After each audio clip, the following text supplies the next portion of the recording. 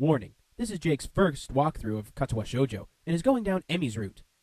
Some contents may be inappropriate for kiddies. Previously on Katawa Shoujo. What are you doing down here, Hisho? Well, I came to see you, girl. What do you think? She look... Oh, we say the B word. Beautiful. She looks beautiful. Damn right. I'm Emi Ibaruzaki, fastest thing on no legs. I give her a hug.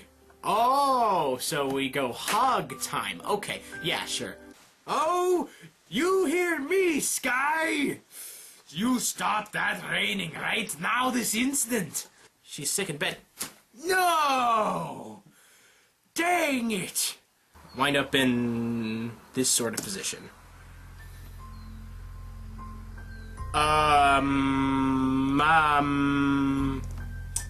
Hi! About this track captain guy. Two of them are... will never do anything like that. Ah! Victory is ours! Then it happens. What? What? What's going on? What is it? Emi not running. Witchcraft! But she's in a wheelchair. Her leg! Legs! Why? And our story continues. Hey, everybody out there in YouTube land, Jake the One-Man Band is back again with more Katawa Shoujo. So, now we will take, revenge! I grab a pillow from beside me and whack Emi over the head. Bam!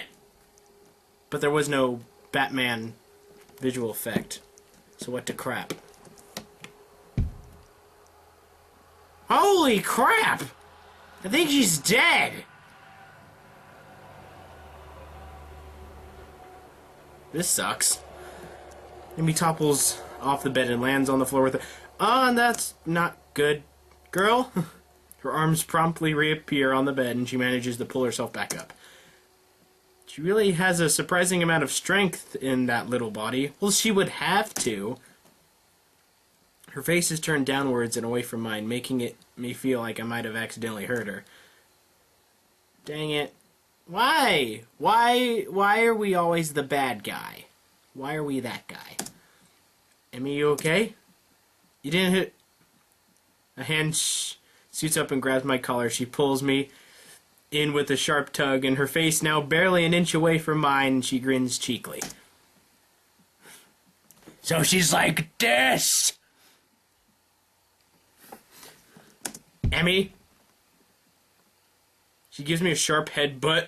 Our forehead's making quite a loud... What the crap? Is she a masochist or something? Ow! What is wrong with you? I sit back and rub my now sore head with Emi as Emi smirks victoriously. Now how's that for revenge? No fair! You can't take revenge for revenge! Wouldn't it be a vengeance then? I don't know. For someone missing most of her legs, Emi's surprisingly agile. I swipe at her and she definitely rolls out of the way and lands a hit with her pillow. Oh, we're back to the pillow fight box match wrestling thing. Alrighty, it's the fight of the century, folks. Of course, the odds are against her. I can stand up, for starters. Oof. She has us pinned. How did this happen? I guess I can, after all. Emi seems to have efficiently tripped me up, and now I'm sitting primly astride me as I lay on my back. I'm not even sure how she managed it. I win! Okay, you win. Are you gonna ride me like a horsey now? Her eyes twinkle mischievously as I begin. I've been thoroughly defeated by a girl that's a fraction of my size, that is. Then again, being defeated doesn't seem quite so bad. Emi's been positioned over my waist isn't something that I or my body can ignore easily. Ignore! You ignore, boy! You're in high school. I open my lips to speak, but Emi's head darts downwards before I can get so much as a word out.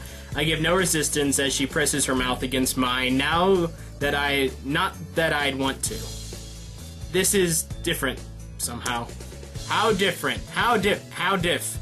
She pulls back, nips at my lower lip, and re-initiates the embrace. Her tongue darts inside my... Ew! That's gross! Gross! I can feel the warmth spreading through my body as my heart begins to beat faster. Now don't die, okay? This may be eventful and nice and stuff, so don't die, okay? You would kill my ratings. My mind starts to go foggy and I become vaguely aware of my hand touching up Emmy's blouse. Hey, bro, ski, no. And then I stare up at a grimming Emmy. Sup? Take 2. That makes me second win now. What? That doesn't count. You used feminine wiles. All's fair in love and war, right? I guess she's right. Yes. Ha, and you're even blushing. I didn't know you were a blusher, Hishio. Well, we've known each other for like months. How can she not know that? You were blushing too, you know, probably because of your prudish ways. Even as I admit this is a stupid thing to say to a woman who is currently stranding me and has been up until a few minutes ago playing tonsil hooky with me. I'm gonna get all up inside your guts. What? A prude am I? Well then, let's see who blushes first, shall we? Huh. What does she mean by that? Is this a game? I'm not sure whether the tone of her voice terrifies or arouses me, but that question is quickly made rather mocked. Oh, hi! Okay, yeah! What the crap? I think he's blushing now.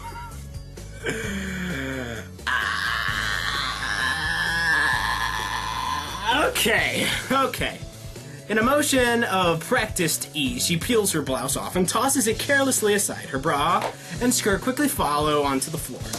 Wait, she's practiced this? What? Huh? Ha! I fight the urge to blush, and it's a rather hard task. Escalation, is it? My own shirt follows suit, abide for some difficulty thanks to my position. Emmy mock yawns. So is that me taking off my... or is it her? I guess it's me, because she's mock yawning. You'll have to try harder than that. Huh? My hand gently caresses Emmy's bare skin, causing her to shiver. Ha! Blush! We win!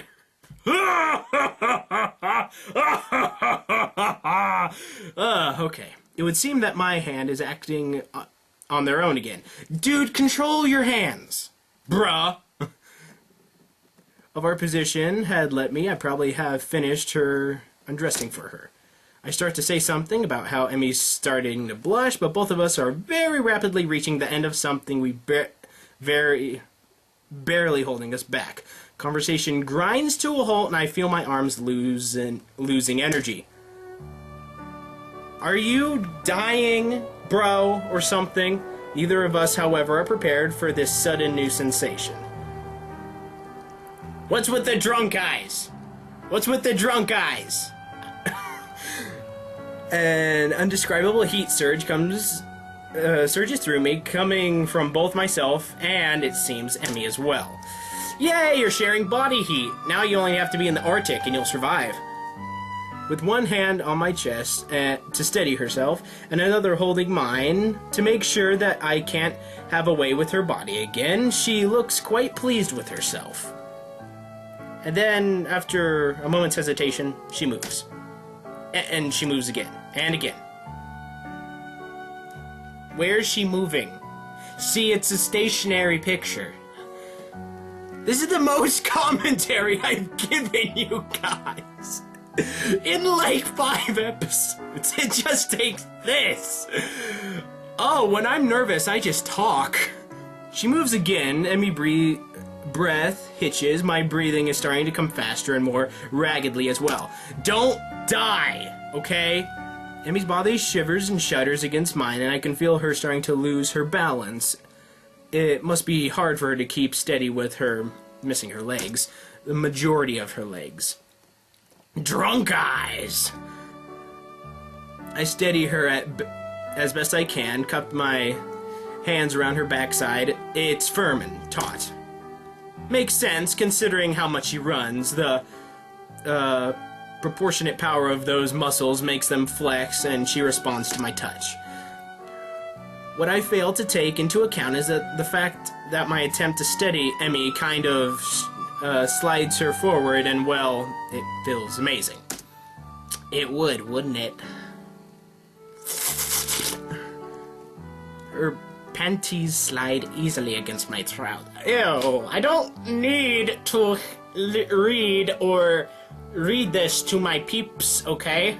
It doesn't take long for us to figure out the rhythm.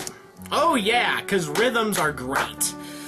But Emmy refuses to keep it up, now fast, now slow, now pausing, and for what feels like an eternity. I'm not sure whether she's doing this to toy with me or if it's to make her feel better, but I'm well past caring. I just noticed, there's like a window right there. What if somebody just happens to pass by? It'd be a real awkward thing to, explain. And I sure hope that the door is locked as well.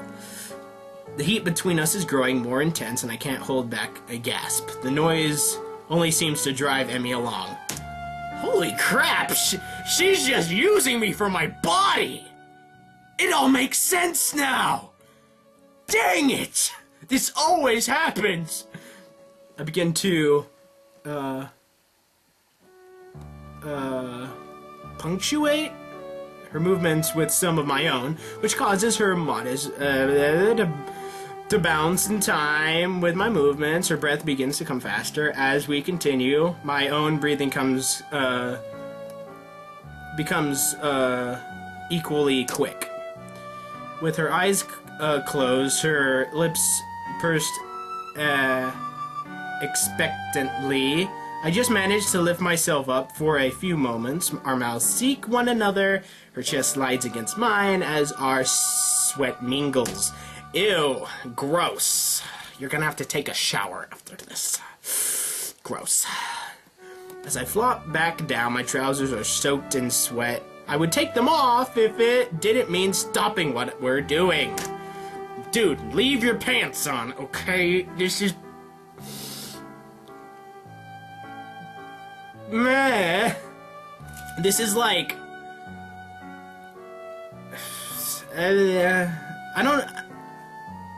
Is this between bases 1 and 3? Because it's like they haven't done the nasty, but it's like... Kinda? I don't know. And I don't want to stop what we're doing. Stop this growing pressure, this tingling in the back of my brain. Dude, you're gonna have an aneurysm if you keep this up. Emmy is sliding faster and faster, panting heavily, her voice seemingly unavailable to convey what she's feeling. Her body, on the other hand, is doing a fine job. That face. I'm sorry. This is terrible. I am sorry, but she suddenly moves a little more energetically as my own breath hitches in my throat, ending in a final desperate thrust that sends me over the edge into a surging feeling I don't know existed. My mind blanks, fills with white noise, and I succumb to the feeling of climax. For a few seconds, something else in the world falls away except for this amazing feeling of Emmy and I together. So, we've whited out. That's different from blacking out. You see, I guess... and then it passes. The white noise clears, and I'm left staring into the eyes of a girl on top of me. Is that it? Yep, that's it.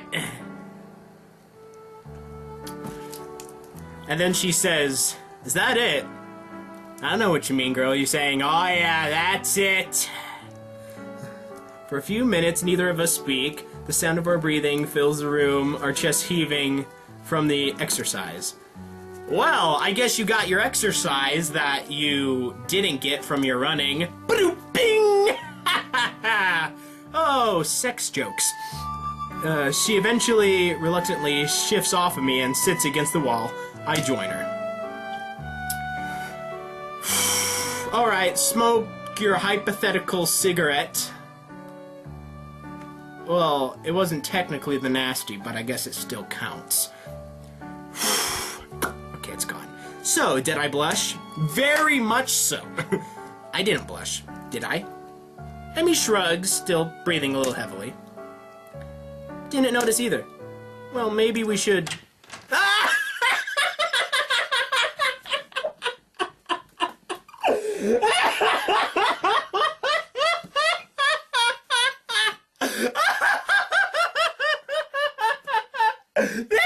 That didn't lock the door.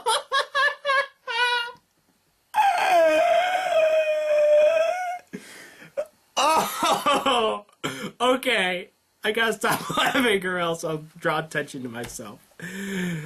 My family will be all like, are you dying in there? And I'll be like, yes. Okay. Okay. We are calm. Funniness is happening.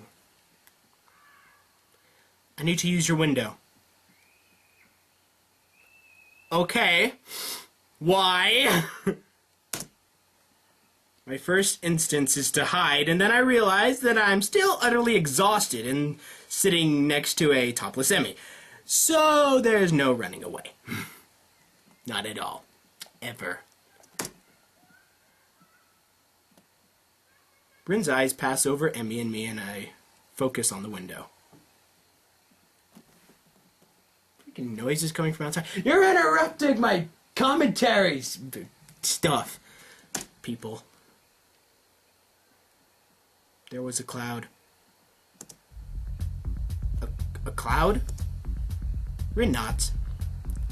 I was watching it from my window, and it didn't stay in my window. So I need to use your window. Emmy shifts a little, causing me to cough in order to cover up a giggle of my own. How long do you need the window for? We're, busy. Yeah, sure. Busy. We were resting. This time I can't contain my laughter. Bryn ignores both Emmy and me and peers out the window. Her shoulders slump and she looks disappointed. Now the real question is, does she actually notice what's going on here? I think she does, she just doesn't care. 'Cause it's Rin, okay? It changed into something else. Disappointing. Emmy is having trouble keeping a straight face. Sorry to hear that, Rin. Can we have a little privacy now, please? Rin shrugs as if to say, can you? And hooks her foot around the door, pulling it closed behind her. So, that was the thing. Lock it this time! Or like put a sock on the doorknob, that way they know, you know? We both dissolve into, raucous laughter, unable to deal with Rin's bizarre timed visit in any way. That's like, I don't even know what that is. Like, after our laughing dies down, I look to Emmy. We're, both a total mess. Well, Emmy raises an eyebrow. Well, again? What do you mean again? Emmy grins and laughs, and then she nods. We should probably ditch the clothes this time. Oh, okay. Yeah, fine. Aha, yay!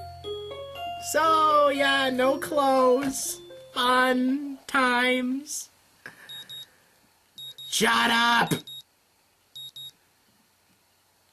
Okay. The sunlight breaks through my window shortly before my alarm ruins the morning silence. Oh! Too bad it was all a dream. No, it wouldn't have been.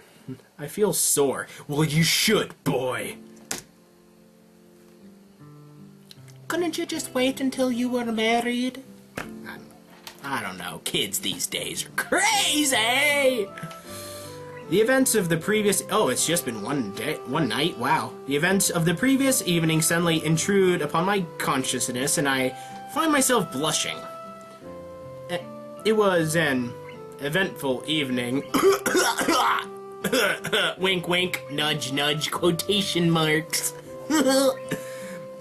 And it explains perfectly the soreness in my lower back. Yeah, okay. Didn't really need to know that. The walk back, as I recall, had been rather tense. My trousers have been soiled. Ew! Gross! Bro, no! And I had washed them off in the bathroom before going back to my room. And then I was still a fairly obvious-looking stain on the front. A very obvious-looking stain on the front. Okay, here's what you do, bro. You take those trousers, you burn them, and then you go get other ones. I mean, if the stain no, bad. People will talk. Fortunately for me, the only person I ran into on the way back was Kenji. Okay, yeah, he would understand, and he didn't notice the thing. Well, because he's half blind, so. Well, apart from my being in the general vicinity. Of course, he asked how the night was, and whether or not I'd learned anything of importance. I didn't even know if I opened my mouth to answer. I was too tired to care. And this morning, I'll admit that I'm feeling perfectly worn out. That kinda happens. Still, Emmy has promised to meet me at the track, and I hate to disappoint. Okay, so it's the morning afterwards. We're gonna have the awkward talk. Okay, let's do this. She is indeed waiting for me when I arrive, doing her best to look cheery despite the fact that she's sitting in a wheelchair. I wave my hand and begin stretching. You're early. Emmy frowns and shakes her head. Ridiculous. You're late. So, I guess the Emmy is never late. Nor is she early. She arrives precisely when she means to, and everyone else is early or late. Yes. Makes perfect sense. Overslept, Hishio. You're tuckered out. Wink, wink. Yes. Well, at least she seems more like her old self. And as expected, she doesn't seem shy about mentioning our previous activities. Hey, you're lucky I could show up at all. All that cardiovascular activity last night. I nearly thought I have to see the nurse afterwards. Emmy laughs out loud and her face suddenly becomes concerned. Hey, that's not a... I mean, you're not... Go on, spit it out. It's just that it would be hard to explain if you had an episode while we were... You're just now thinking about that? Yeah, it would be so awkward. You just keel over and die during the nasty. Now that you mention it, it really is a legitimate concern. Hey, dude, just take your meds. You survived last night. I think you'll be good. I surely hadn't thought of it last night, of course. Other, more pressing concerns had been at hand. Like the one in this... No. I'll let you fill in the blank on that one. Well, I don't think anything we do is going to be any more of a strain than these morning runs, and I can handle those fine, so... Emmy considers this point. Dat face. This has just been an episode of, like, dat faces. A devious light appears on her eyes. Say, no, not on the track. No, I draw the line here. The light vanishes and Emmy grins ruefully at me. Like that look on her face, that was like the troll face. It was like, I can't, or like the Grinch's smile, like from the, How the Grinch Stole Christmas. I can't help but feel vaguely suspicious. I seem to have forgotten a pair of gloves. Why do we need gloves? What do you need gloves for? Emmy indicates the chair upon which he is seated. For this, of course, some regular moving around is all well and good without him, but I won't be able to get a good workout. And to get that kind of speed, you gotta have gloves if you don't want blisters. Girl, no. Okay. Just take it easy, okay? It's gonna be fine, okay? Just listen to your boo-boo pie, okay? It's gonna be fine. So what? Are you wussing out on me then? Do I have to go it alone? Emmy thinks for a minute, or pretends to think. If I remember right, there's a spare pair or two in the track shed. So she does seriously want to do it then. But in her normal school uniform, I would have expected her to wear her gym outfit for something like this. But that would mean she would have to like dress and undress, and she's in a wheelchair, so she would need assistance with that. So she can't, Hishio. Use your brain. Well, what are you doing there? Wait, what are you doing there? Emmy looks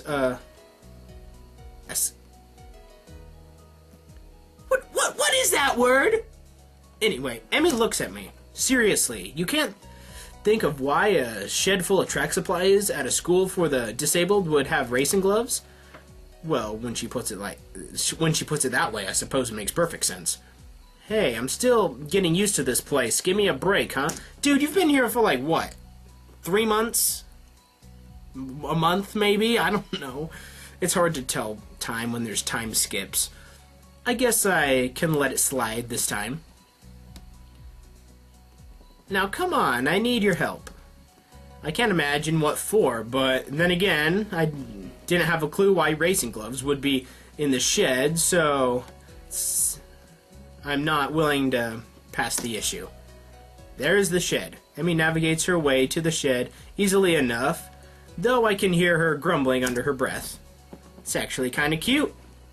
Speaking of which, okay, let's go a little bit longer, shall we? I hurry a little to reach the door first, opening it up easily for me and then for her. The door opens and Emmy starts to wheel inside while to come to a sudden halt at the doorway. It seems the door still is slightly too high for her to get over by herself. It's not working. She makes a few runs at it unsuccessfully before crossing her eyes and glaring at the offending object. Stupid wheelchair. Hishio, can you give me a hand here? But I think you would need more like legs. No, it's not funny. Sure, no problem. Wow, this place is a dump. It's a simple enough matter of me to bump Emmy over the doorway, jostling her slightly. Sorry. Hey, easy there. Whoops, sorry. It's not like anything we did last night, or is it? Too soon. It's at about this time that I failed to notice that we're going to run Emmy's wheelchair into a mat. She gives a startling yelp and topples forward out of her chair. Now you're hurting her! Bro, pay attention! There's a moment of silence as I gaze in horror upon what I've done, and Emmy glares at me. Hishio? Yes? Promise me you'll never work at a hospital? Sorry, I didn't mean to. Emmy giggles and holds up a hand. Would you kindly help me back into my chair? Would you kindly, totally from BioShock. As I bend down to pick up Emmy, she grins in triumph and pulls me in to a kiss that quickly has us both entirely unconcerned about getting her back into the chair. In fact, as I move to a more comfortable position, I confess that the chair is pushed out the door, which, startled by the passage, swings shut. Why? Bro, it's a tool shed. No, you have to go to school. Well, at least we got privacy now, which is a good thing, as my hands were quickly to remove Emmy's blouse and skirt. Very nice. Yeah, this is a champion right here. Bro, okay, sex isn't everything. Bro, you need to get to know people. I'm starting to discover that she's forgotten to put her bra on today. Did she plan this? Girls, you're not supposed to do that, okay? Her arms hook under mine and rest on my shoulders as I kiss my way down Emmy's neck, pausing to give some special attention to the right spot where the neck meets the shoulder that I found last night. You're pretty good at I do try. Just shh. Emmy pushes on my chest. Instinctively, I draws back with a physical. Yeah, see? Sex isn't everything. I got a confession issue. Oh? Having pulled back, I decided instead to focus my attention on her breastises. And she attempts to speak. Her words are,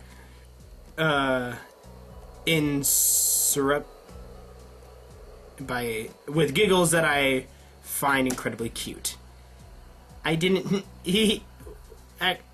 actually wear gloves. So she just wanted my body again. My own reply is rather mumbled into her chest instead of being addressed to her face. Should have known. Words quickly become irrelevant. Let's just leave it at that.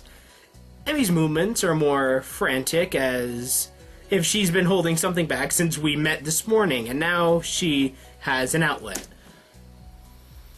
This girl, she's going to kill us. With sex. It's terrible. I'm very nearly caught off guard by her aggressiveness, feeling her nearly rip my shirt off, and the way she seems to vie to be in the dominant position. But I'm the man. For my part, I confess that I'm caught up in the altitude of which... in her attitude, not altitude. Well, altitude and the fact that she's probably on top. As well, fighting back, rolling and wrestling, even as I caress her breasts, feeling as her fingers dig into my shoulders as I lose track of where we are. So when is somebody gonna come into the work shed? I mean, what if there's spiders in there? That's gross! So much so that I roll right off the mat and land on something small and rather hard. It's called concrete. Ow! Emmy, still flushed and breathing a little heavily, peers at me and bursts into laughter. I'm sorry, are you alright? Yeah, I think so. Not sure what I landed on, though. I reach under my back and pull the offending object out, inspecting it closely. Personal lubricant, lemon flip.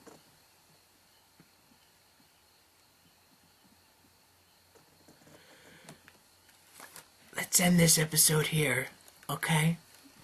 Yeah, nice episode this was. Very nice. Very nice. Yeah, I have no idea how I'm going to upload this, but, just...